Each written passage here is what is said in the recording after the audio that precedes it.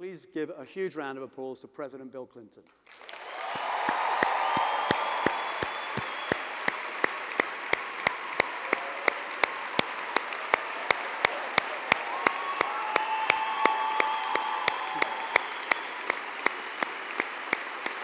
Welcome. Thanks for being here.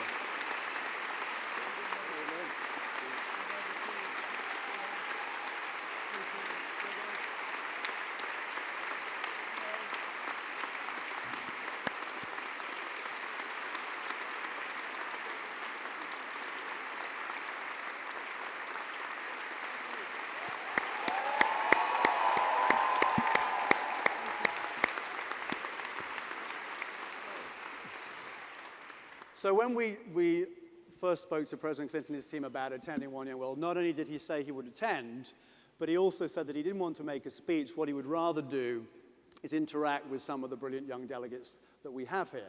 So we actually have 6 delegates from around the world who are going to ask a question, and President Clinton is going to reply to those questions. So we've chosen 6 delegates from around the world. If they can make their way to the steps so that they're ready to actually ask their questions. And first up, we have Hassan from Iraq. Hello, sir. I would like to thank you for this opportunity. I have one question. My question is, do you think the Iraqi people or the people from the Middle East are ready for the Arab Spring? So the question was, do you think the people from the Middle East and Iraq are ready for the Arab Spring?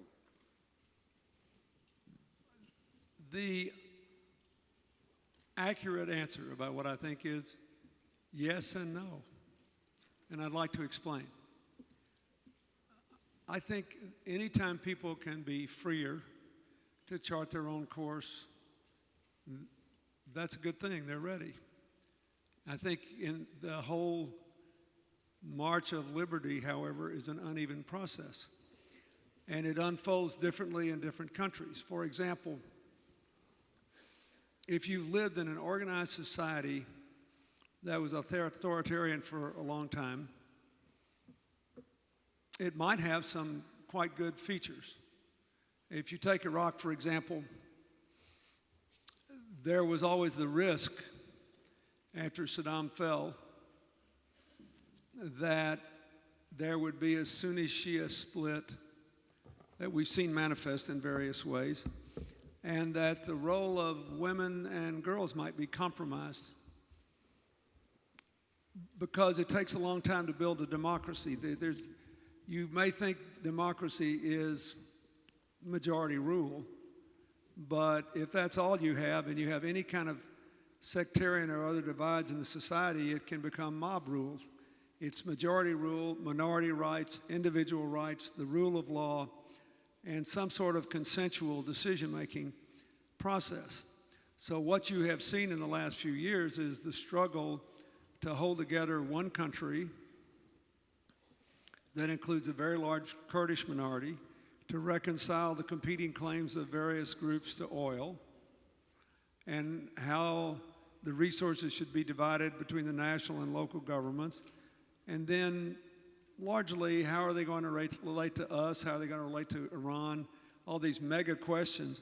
But underneath, the fact that the people of Iraq have more control over their destiny, if they can keep from consuming themselves in the fires of violence, is a good thing.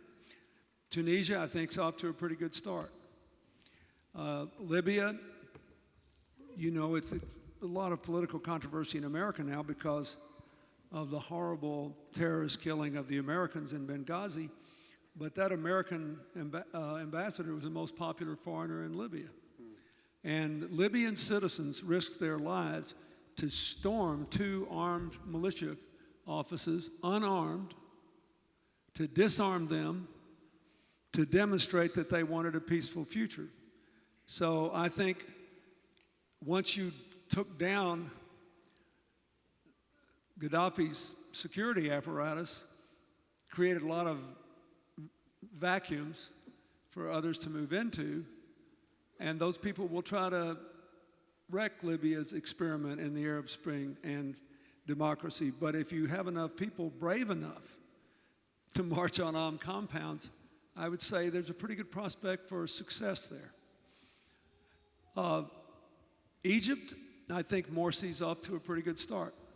He's trying to reconcile the need to keep his Islamic political party base intact, not be upset by the Salafis, and deliver something to the more secular Egyptians who actually, the young people who started the Arab Spring, in part because Egypt offers an extreme example of what is a global problem, including in the United States. The university system was not dismantled under Mubarak. It continued to produce 400,000 university graduates a year, but the economy produced nowhere near 400,000 jobs for university graduates a year. So you have an economic dimension of this, a social dimension, a political dimension, and a security dimension. And the only thing I would say is the roadmap will be uneven and bumpy in all of these places, but the road to democracy always is. Keep in mind, when the United States was founded more than 200 years ago, only white male property owners could vote. White male property owners. African Americans were designated in our Constitution as 2/3 of a person when counting for the census.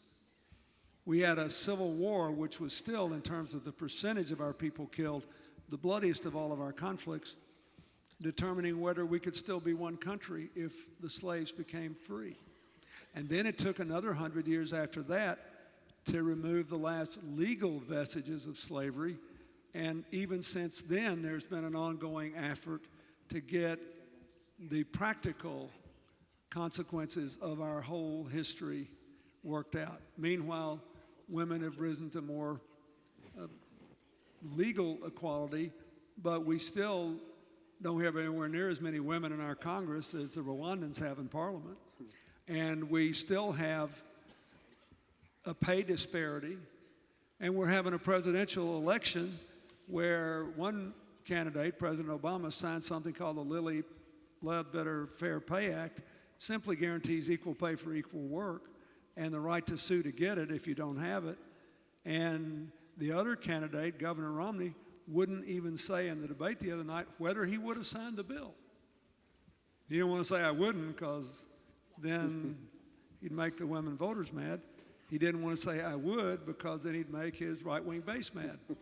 So this is a long, Max Weber, I recommend you, if you really care about this, I recommend you read a short book or a long essay written at the end of World War I in 1918 by a German sociologist who was a Christian Democrat in those terms called Max Weber. It's called Politics is a Vocation. And the defining sentence in the whole thing is that politics is the long and slow boring of hard boards. So if you want the Arab Spring to work, you have to build it. So I'd say, yes, the people are ready, but they don't have the institutional supports or the experience to make it work yet. You have to build it. And building it will be a different task, a different challenge in different countries. And in some of those countries, you risk getting killed if you try. Thank you.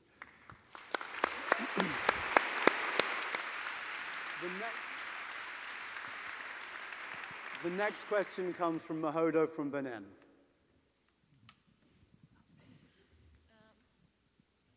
Good evening. So my question is about international aid. What do you recommend as immediate and long-term measures to curb the reliance of third world countries on food security, donation, and what can young people do? So what do you recommend in terms of reducing the reliance that third world countries have on international aid in sectors like health, education, etc.? First, I do a lot of work in this area, and with my foundation, and my goal is always to work myself out of a job. So the first thing I would say is, first, I will give you two examples, one highly relevant by history to your country.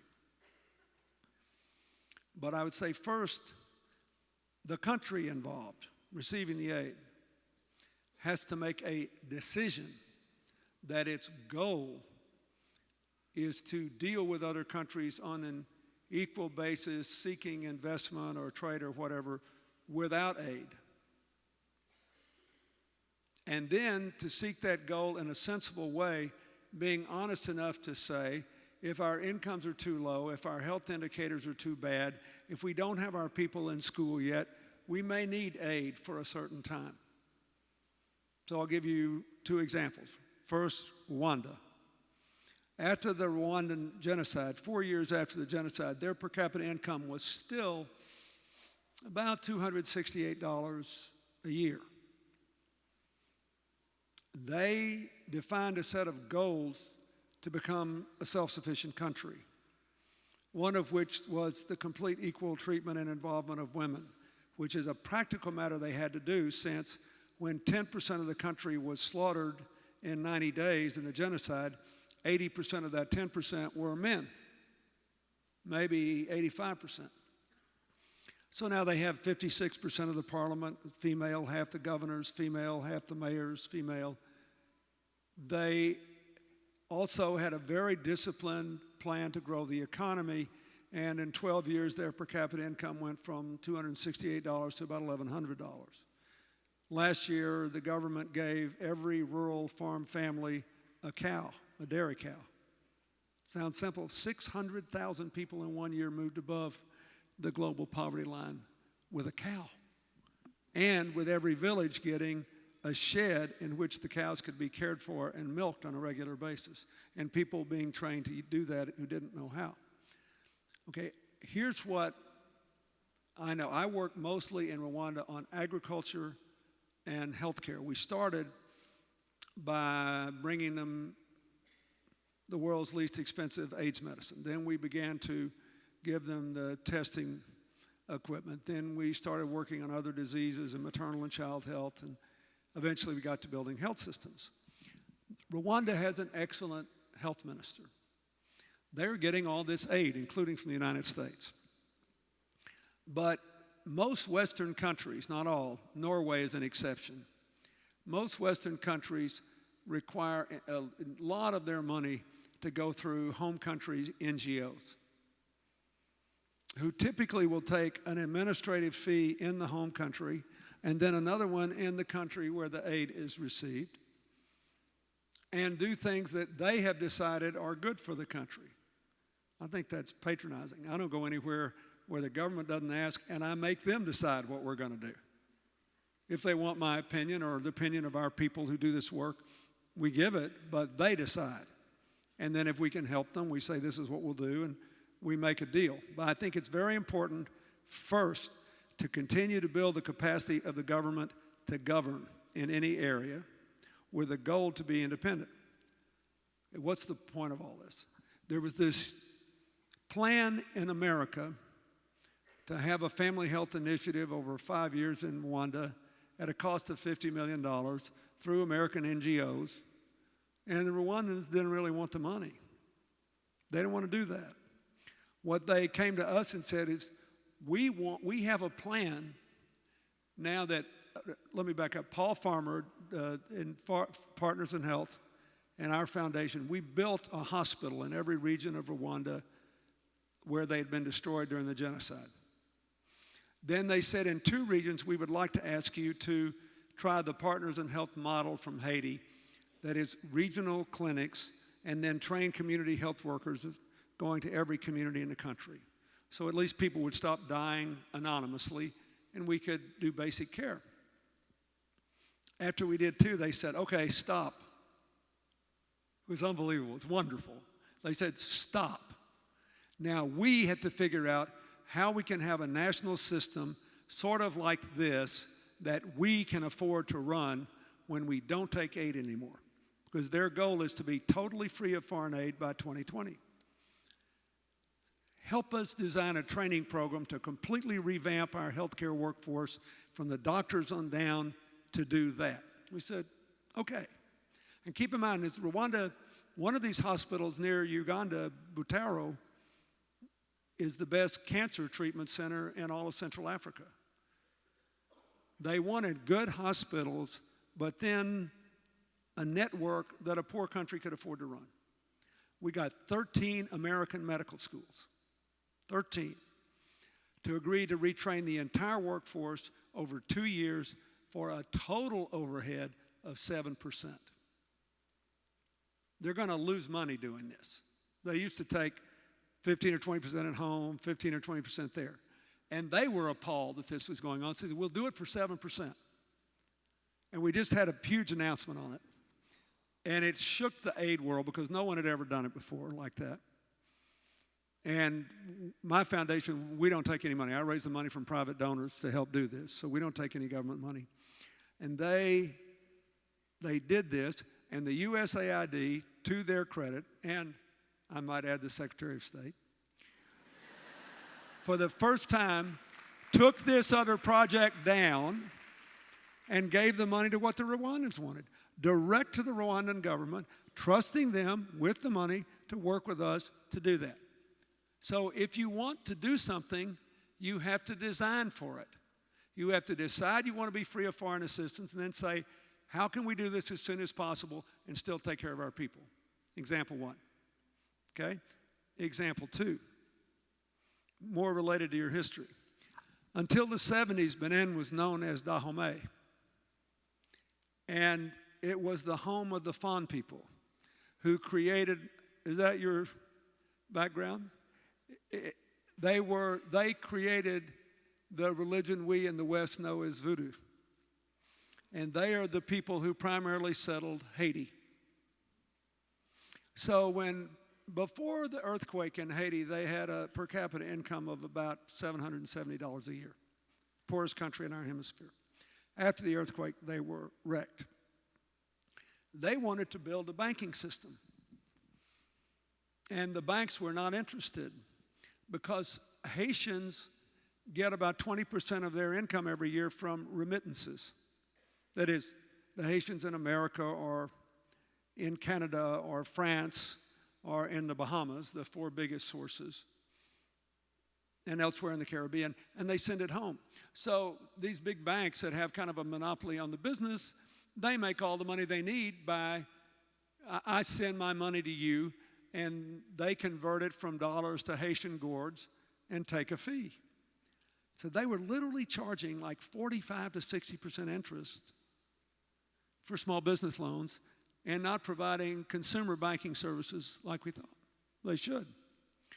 So the largest cell phone company in Haiti is a company, an Irish company, Digicel, run by a man named Dennis O'Brien.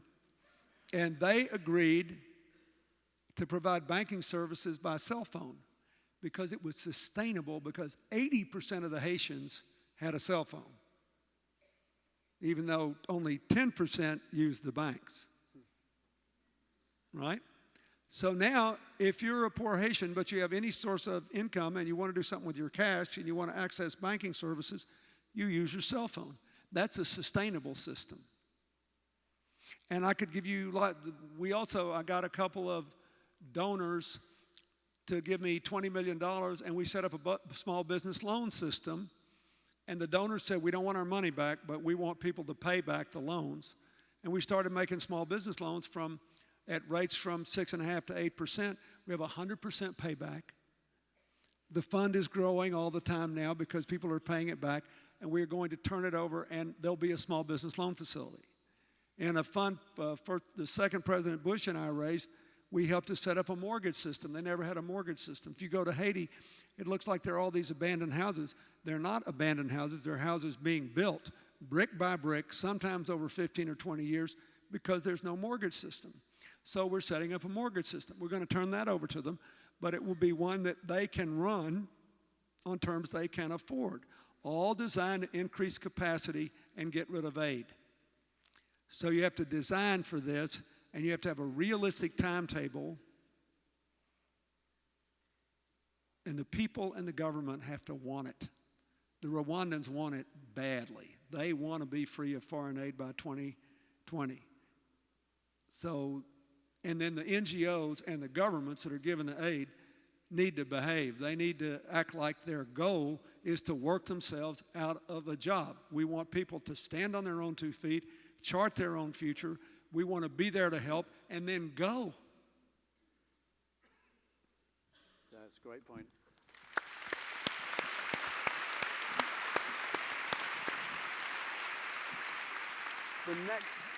The next question is from Mahita from India. Over there on the left. Hello, Mr. Clinton. My question is, what are the greatest challenges that the United States and the world sees in the coming decade? And what does this country do to tackle them? So what are the greatest challenges the world and the US faces in the next decade, and what needs to be done to tackle them? What are they? Yes, what are the greatest challenges, and what do you think needs to be done to tackle them? Well, basically, the world faces 3 great challenges. Maybe 300, but they all fall into basically, they fall into 3 big baskets. The modern world generates a lot of wealth, a lot of ideas, a lot of entrepreneurialism. It's full of people like you who come to conferences like this. This is stimulating and exciting and wonderful. The problem is, huge numbers of people from every country here represented are left out of this process. And therefore, there's too much inequality. And every time in a very poor country, let's say a village woman has an idea and a skill and wants to work and can't get credit, has no access to the Grameen Bank or whatever, it's a constraint on growth and it aggravates inequality. It is devastating. We finally have people in the United States recognizing that the growing inequality in our country is a constraint on our growth and our prosperity. So the inequality of access to education, to health care, to competent government, to political liberties, all of this inequality, including to credit and the ability to start businesses, every country and the globe has to have a strategy for dealing with that.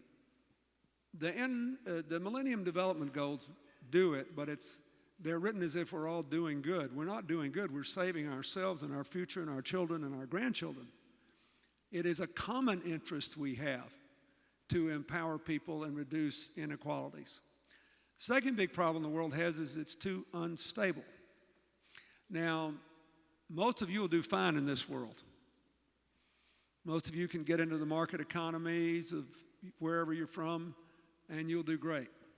And all market economies depend on some risk, some chance of failure to have a reward of success. And if you're good at picking winners, like my friend Yunus here has been with the Grameen Bank, you get a 98% or 99% payback, and the bank makes money and you create opportunity, but there's got to be some play in the system here. But if there is too much instability, everything just shuts down. It's what happened in the financial crisis. It starts in America, all of a sudden consumes Europe and it's hurting people everywhere. It's what terrorists hope will happen when they kill far fewer people than died in single battles in World War I. But what they want to do is scare the living daylights out of everybody so no one will invest time or money or spirit in some more productive enterprise to organize people in a positive way. And so I think all these instabilities in the world need to be studied with a view toward creating enough play and freedom for dynamism and growth and empowerment to occur, but enough limits to avoid a total shutdown. I mean, basically, if you look at this financial crisis, it's pretty simple. It's like all the others. You just had too much risk being taken with too little capital to back up the level of risk that is being taken. And, you know, in my generation of Americans, we're mostly raised by our mothers to believe that if something sounds too good to be true, it probably is. And anytime you forget that, you start getting in trouble. But there are examples of that all over the world. Too much instability. Third big problem is the growth model on which the West and Japan grew rich, and on which China and to a certain extent the other rising countries are attempting to grow rich, which is that you can't get rich, stay rich, and get richer unless you consume more and more resources and put more and more greenhouse gases into the atmosphere. It's simply not sustainable because the climate is changing at an alarming rate with damaging consequences which threaten to shut the whole thing down and compromise your future and certainly the future of your children. So what we have to do is to find practical ways to work our way out of that without minimizing the enormous challenges that are presented. For example, before I came here, I did a rally for President Obama, a political rally, down in Ohio, just next door, in a region where a lot of people think they can't vote for him because they make a living out of the coal industry. And his government has said, properly I think, that coal is a hazardous greenhouse gas. It's not good for our health. Something has to be done about it. But nobody has offered a practical response like the Germans and the Danes have. Denmark generates 25% of its electricity from wind. Germany, on a sunny day last spring, generated so much power from the sun that it was equivalent of 20 nuclear power plants. And yet both of them still have coal-fired plants running because they can't shut them down. So what they did was to say, you have to mix the coal with 20% wood pellets that have from sustainable forests or wood waste. So we are going to take these things down gradually so we don't have to throw everybody out of work. The most important climate change study that came out last year, from my perspective, because I spend an enormous amount of time trying to help cities all over the world and countries deal with climate change in a way that's good economics. Most important study was one which said we could slow the rate of global warming for 20 years by half, and in the Arctic Circle, where it's worst, by 2/3 if we went after aggressively the most rapidly dispersing greenhouse gases. CO2 from coal will stay in the atmosphere 50 to 100 years. All other greenhouse gases, including methane, which is 25 times more intense than CO2, disperse more quickly. Most methane is from agriculture and urban garbage dumps. So we should close every dump in every big city in the world, recycle the plastic, metal, and glass, and use the rest to generate power in some form or another that recovers the land, ends a public health problem, and avoids the methane going into the atmosphere. Black carbon, mostly charcoal from cooking. We should move people off cooking. We're doing a lot of cooking in Haitian schools now, for example, with little briquettes made from urban waste. It's cheaper, doesn't emit greenhouse gas emissions, avoids a public health problem. Lots of movement on that. We got to do more of that. And the rest are from hydrofluorocarbons and chlorofluorocarbons, mostly coming out of room air conditioners in India and China. And there are ways to get rid of those without taking the air conditioner away from the hot people. In other words, there are solutions to this, and if you look at how we dealt with other similar problems, we can do it. But the larger point I want to make is this is a more distant problem than whether your village would be racked by sectarian violence. But if we don't do something about this, this could take your future away.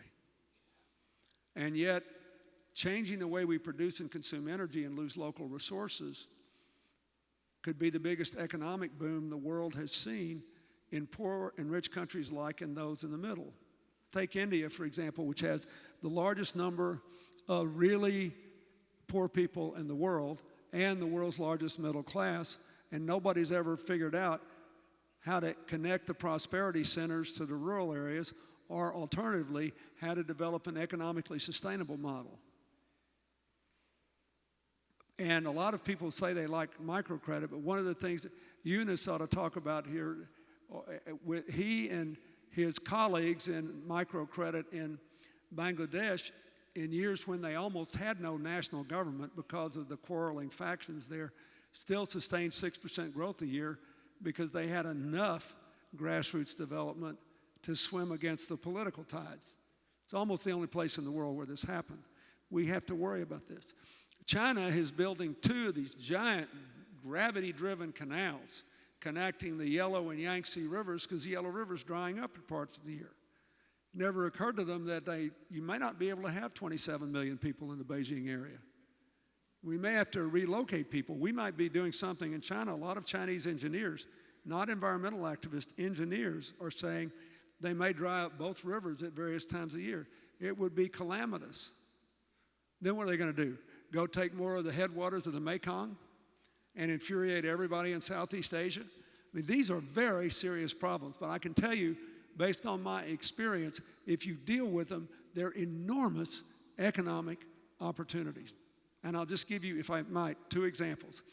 Mexico City has grown so much they've outgrown Brazil in the last 2 years, partly because they have an eco-economy now that has given Mexico City cleaner air than Los Angeles on a clean day. Costa Rica is the richest country in Central America by light years, largely because it has no army and it has a green ethic. 92% of its electricity comes from hydropower. The rest can easily come from geothermal they're developing. The president of Costa Rica, who runs a center-right government, said to me, "They tell me we have oil under the ground and offshore, but we have no intention of finding out." So I said, why? She said, because, she said, that's not our brand. We want to be a sustainable economy. We don't want to know. I said, what can I do to help? She said, we're importing $1 billion worth of oil a year. I want you to get me a green car company down here.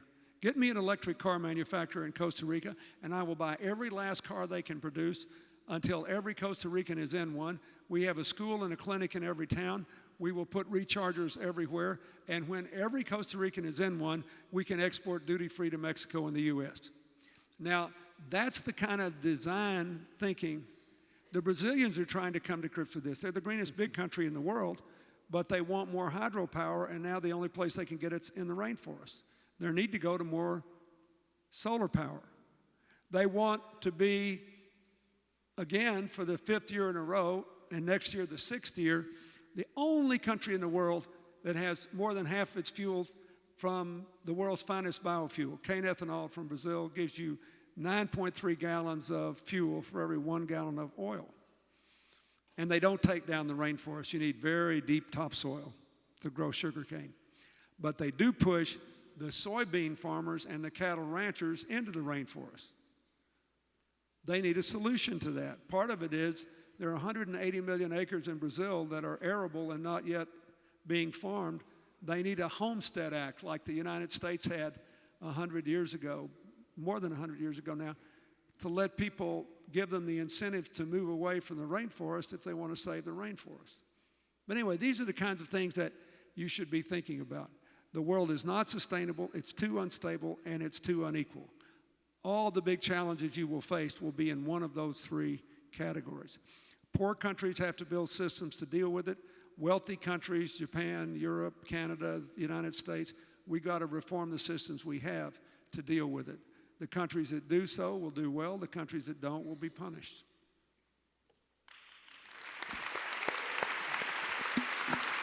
And we have time for one final question. So one final question from Becky from the USA. Becky. She's over there again. Thanks so much for taking my question.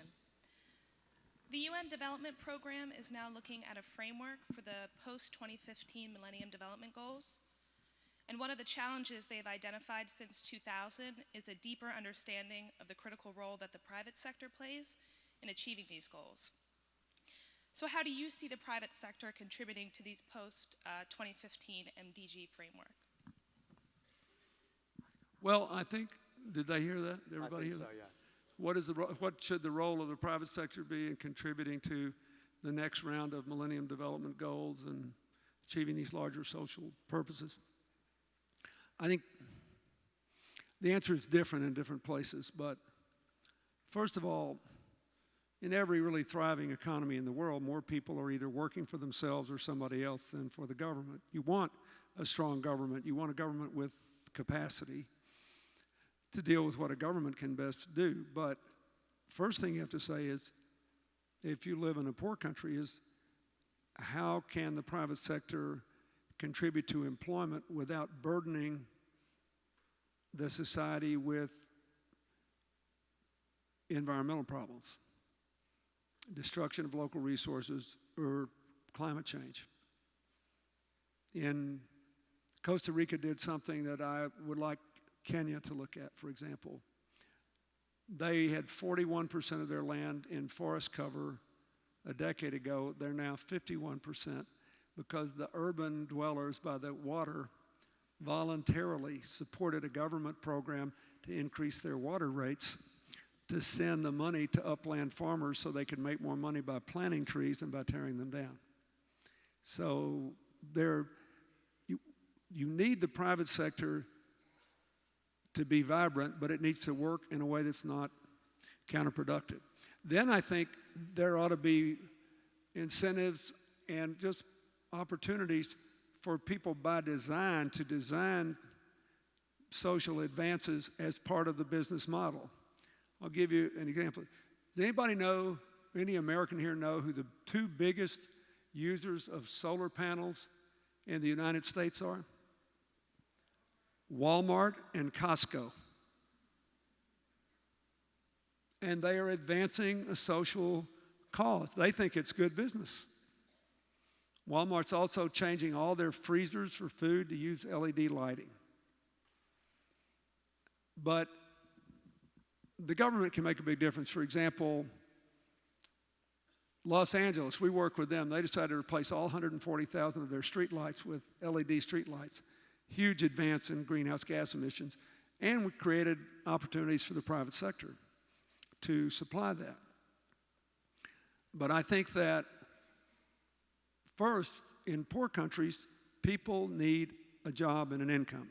So they either have to work for themselves or somebody else, unless they're among the fortunate few that can work for the government. Second, if you have an ongoing business, they should be working in every country in a way that is consistent with helping the country to meet its challenges, whether they're climate challenges, local water challenges, or whatever else. And thirdly, I think that there should be greater cooperation between governments and NGOs to figure out how to deal with all these things in a way that speeds up the implementation of the goal. You know, this year at the Clinton Global Initiative, we called our meeting Designing for Impact. We decided we needed to help people more think about the end when they begin and design accordingly.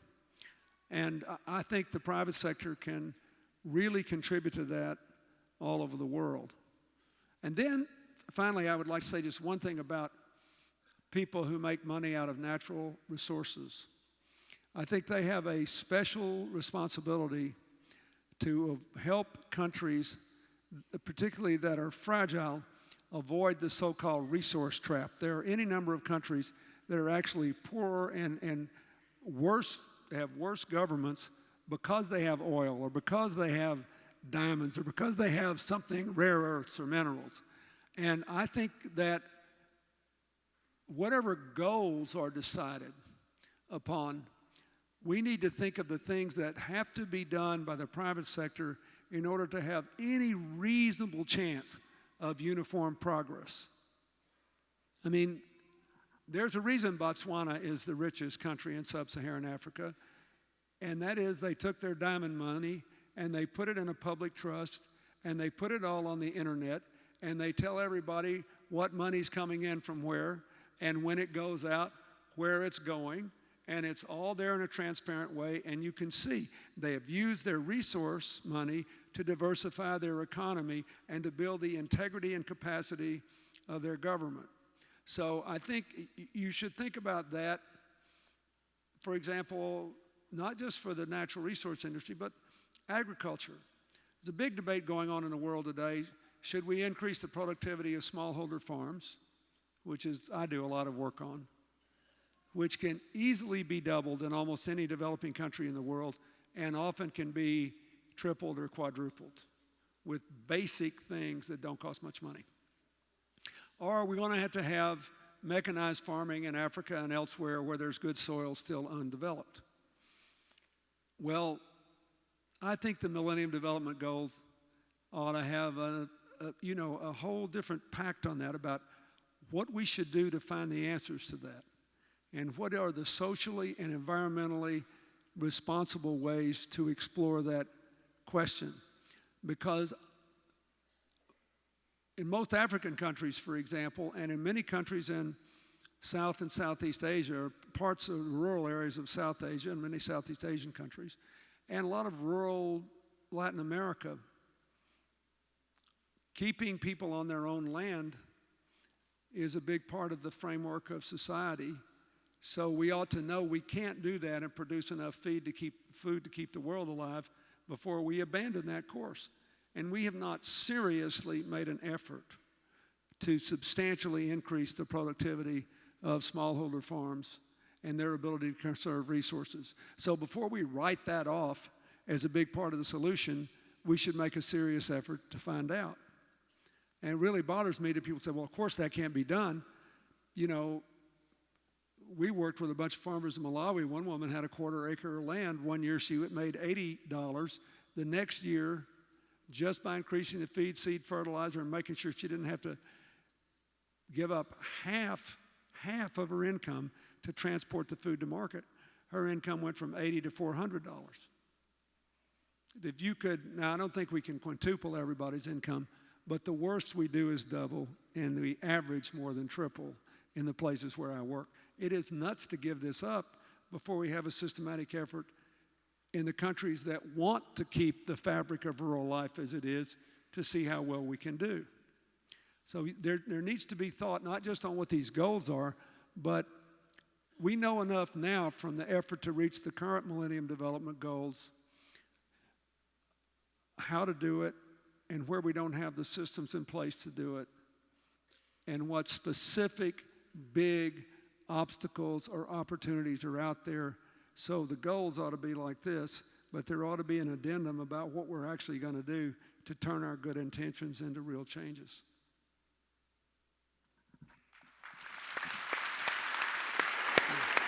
Well, President Clinton, we want to thank you. We understand how busy you are given other things that are going on in America at the moment. Thank you so much for your time. And let's give President Clinton a huge warm well. Thank you. Thank you so much for doing that. Thank you. Is Josh down here? Yes, she is. Yes, she's going to come on and sing.